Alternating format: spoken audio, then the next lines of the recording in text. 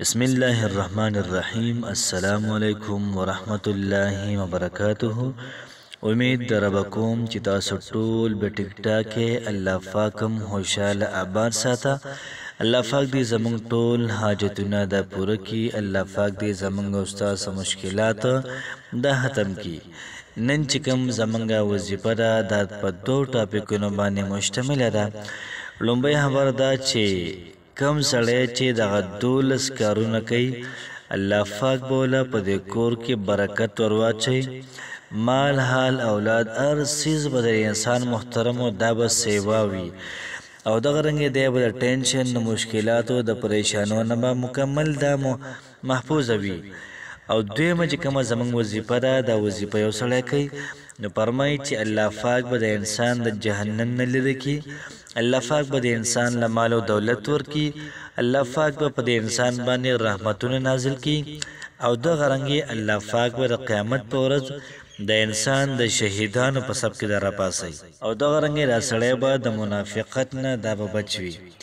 نو زمونږ چړمبه خبره ده چې په کور کې به برکت پیدا کیږي. نو 12 خبرې دي ځان سره یاد کړئ او د غرنګ ځان سره اولی کوي چې کم سړی په دې باندې عمل کوي الله پاک به انسان مالدار کوي او په کور کې به برکت وي رزق به وسیع وي. لومبۍ خبره زمونږ دا شوله چې کم سړی فرض مونځ په خپل ټایم باندې ادا کوي الله پاک به د انسان رزق دا سیوا کوي. دویمه خبره دا شوله چې کم سړی په کور کې کم یو کارم کوي بسم الله الرحمن الرحیم دی وی او دغه رنګې د الله پاک د ذکر اهتمام وکړي. 3 نمبر دا چې کم سړی د قرآن مجید تلاوت په دغه کور کې کوي په دې کور کې برکت وي رزق مال دولت هر څه به سیوا وي. 4 نمبر خبر دا شوله چې کم سړی تقوا اختیاري ځان ساتي د ګناهونو نه دغه رنګې ځان ساتي د غیبت نه ځان ساتي د پردي مال نه نو دا سړی به الله پاک دومره رزق بلور کی په کور کې به ډیر زیات برکت وي. 5 نمبر خبر دا شوله چې کم حلقه یو ځای خوراک کې په کور کې سالن برابر شي دا پوه شي بیا چې کله راوړي ټول په شریکه په درېبان یا یو سبل څه کم چټای وته ویل کېږي اکثر په دغه باندې کینی او ټول په شریکه باندې بسم الله وای او خوراک شروع کی نو فرمایي چې دغه کور کې الله پاک برکت د نازل کی. د غرنګ شپږم نمبر په کم کور کې چې هلکه دا سوي چې دوی سار مزدوري روزي یا څوک دفتر ته ځي یا د غرنګ څوک پټي ته ځي سکار مار کوي نو فرمایي چې دوی په ټایم باندې وځي وختي وځي دوی الله پاک به د دوی په رزق کې د برکت واچي او د غرنګ کور کې به ډیر زیات برکت وي خوشحالي پکې وي. 1 نمبر خبره ده چې کم سړی رزق پسې وځي د غرنګ بازار ته ځي د غرنګ دفتر ته ځي سکول کالج ته ځي په الله پاک باندې مکمل توکل دوکي. څنګه چې د الله پاک توکل حق دی د قرنګي پر الله پاک په خزانو باندې په الله پاک باندې توکل وکي ان شاء الله الله پاک بول ډیر زیات خپل مزدوري ور کوي. د غرنګي انسان مسره رزق دا پراهوي. 8 نمبر خبر دا شوله چې کم سړی په غستو حاصلولو کې ایمانداری کوي بیمانی نه کوي نو فرمایي چې د انسان رزق دا الله پاک ډیر زیات پراه کوي. او تاسو حالو کوي اکثر دکانداران دا سوي چې دوی په ناب تول کې دا کمې کې ګیا کرا شغوله چاله سپک ور کوي چاله درانه ور کوي دغه رنګ ډیره بد ورځ ساده کړی وي سيزونه اکثر ګران هرڅي نو فرمایي چې دا غرنګي بیماری نه کوي الله پاک به د انسان ته ډیر زیات اعلی رزق ورکي.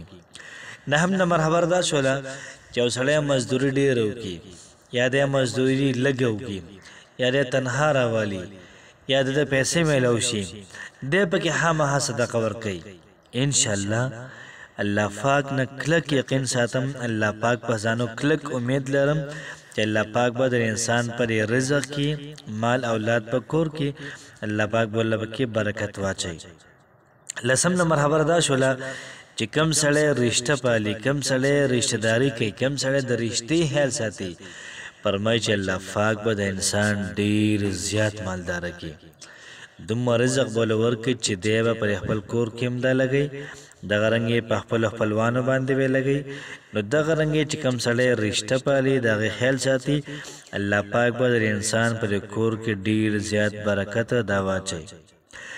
11 نمبر دا چې کم سړی د الله پاک صفات بیانوي، کم سړی چې خوراکو کې شکر ادا کوي، اوبوس کې شکر ادا کوي، میوه وخوري په هغې شکر ادا کوي، چې کم څیز الله پاک ورکړی په هغې شکر ادا کوي، د دې انسان په کور کې به الله پاک ډیر زیات برکت واچوي او ډیر زیات د خوشحاله ژوند به وي. 12 نمبر دا چې کم سړی د استغفار اهتمام کوي، الله پاک به په کور کې ډیر زیات برکت واچوي، الله پاک بوله مال او دولت ورکړي، الله پاک بوله رزق ورکړي. دا محترمو 12 کارونه او دا رنګ دې سره وظیفه چې کومه ده نو د سناشنا وظیفه ده، دومره حیرانونکې وظیفه ده، ډېره اسان هم ده او دغه رنګ تاسو دا وظیفه کړې هم ده، خو د دې وظیفې د اهمیت تاسو خبر نه یې، ځکه په دې انداز باندې تاسو نه کوئ. فرمای انس بن مالک رضی الله تعالی عنہ جناب رسول الله صلی الله علیه و وسلم فرمایلی دي چې کم سړی یو پیر ما باندې درود شریف وای، الله پاک په د انسان باندې 10 رحمتونه نازلوي، 10 ګناهونه معاف کوي، 10 درجې ته الله پاک په جنت کې ور اوچتای. او بیا جناب محمد رسول الله صلی الله علیه و وسلم فرمای چې کم سړی روزانه 100 پیر ما باندې درود پاک وای، فرمای پیغمبر علیه الصلاۃ والسلام چې د انسان پر تندی باندې به اولی کلی شي چې دا سړی د منافقت نه بری دی، دا سړی منافق نه دی، او دا سړی به د جهنم نه الله پاک لرې کړي، او د قیامت پر ورځ به الله پاک د شهیدانو په صف کې راپاسي. څومره د خوشحالۍ مقام دی، څومره آسان درودونه شته دی چې موږ روزانه په توګه پیغمبر علیه الصلاۃ والسلام باندې درود وایو، الله پاک به موږ تاسو ټول د منافقت نه دا بچ کړي. فرمایي چې په ټولو کې سخت عذاب، په ټولو کې خطرناک عذاب دا محترمو د منافقانو دی. ان المنافقین فی الدرک الاسفل من النار، منافقان ور جهنم په غلاندې حصہ کې وي. مطلب دا شو چې د کافرانو نه ډیر زیات سخت عذاب د منافقانو دی. دویمه خبر دا شوله چې الله پاک به موږ تاسو د جهنم نه بری کوي، دا ډیره زیاته غټه خبره شوله چې جهنم نه په دې باندې خلاصېږو، روزانه 100 پیرې د ویل پکار دي. او د قیامت په ورځ به الله پاک موږ تاسو ټول د شهیدانو په صف کې راپاسئ. نو راځئ نن عهد وکړو، نن کوشش وکړو چې روزانه په پیغمبر علیه الصلاۃ والسلام باندې 100 پیرې درود شریف وایو. زم درود شریف نن نه بعد شروع کوم، روزانه به ان شاء الله العزیز 100 پیرې ویم او تاسو ته پکې دعاګانې کوم، ځان ته هم کوم، او تاسو شروع کې ځان ته پکې دعاګانې کوئ، زما د فارم دعاګانې کوئ چې الله پاک موږ تاسو ټول روغ جوړ او په صحت باندې صحیح سلامت ده ساتي. الله پاک هم خوشاله آباد ساته. السلام علیکم ورحمت الله وبرکاته.